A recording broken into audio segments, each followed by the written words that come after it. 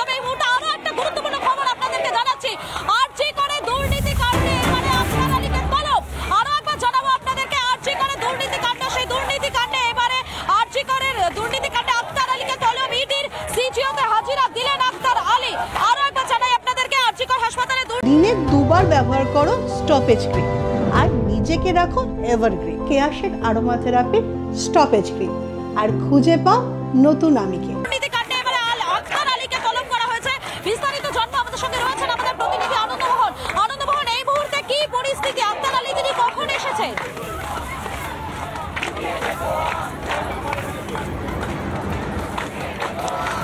একেবারে মধুকল্পিতা, তোমায় বলে দিই যে 2021 সালের যে মামলা ইডি হাতে নিয়েছিল দুর্নীতি, সন্দীপ ঘোষের বিরুদ্ধে যে দুর্নীতির মামলা, সেই আখতার আলী কিন্তু আজকে তাকে তলব করা হয়েছিল। তিনি আজকে সিজিও কমপ্লেক্স ইডি দপ্তরে এসছেন এবং তোমায় বলে দিই যে আজ তিনি তৃতীয়বারের মতো ইডি দপ্তরে এলেন এবং যেহেতু সন্দীপ ঘোষের বিরুদ্ধে নানান আর্থিক বেনিয়মের বিষয় উঠে এসছে ইডি তদন্তে, সেই ক্ষেত্রে তিনি কত সাহায্য করতে পারবেন বা তার কাছে কি কি ইনফরমেশন আছে সেইটা জানার জন্যই কিন্তু সিজিও কমপ্লেক্সে আজকে ইডি তাকে তলব করেছিল এবং তিনি আজকে 12টা নাগাদ সিজিও কমপ্লেক্স ইডি দপ্তরে এসছেন এবং কিছুক্ষণ বাদেই তাকে কিন্তু জিজ্ঞাসাবাদ করবেন ইডি আধিকারিকরা এবং সন্দীপ ঘোষ সংক্রান্ত নানান তথ্য, অর্থাৎ এই যে সন্দীপ ঘোষের যে সিন্ডিকেট চলতো আরজি কর হাসপাতালে, সেই ক্ষেত্রে আর্থিক বেনিয়ম কোন কোন জায়গায় ছিল এবং কীভাবে সেগুলো হতো।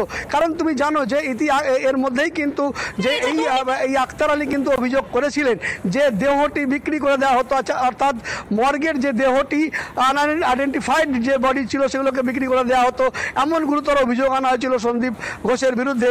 তার পরিপ্রেক্ষিতেই আজকে তাকে পুনরায় তলব করা হয়েছে এবং তিনি কিন্তু অর্থাৎ আখতার আলী কিন্তু ইতিমধ্যে ইডি দপ্তরে এসে উপস্থিত হয়েছেন। মধুকল্পিতা,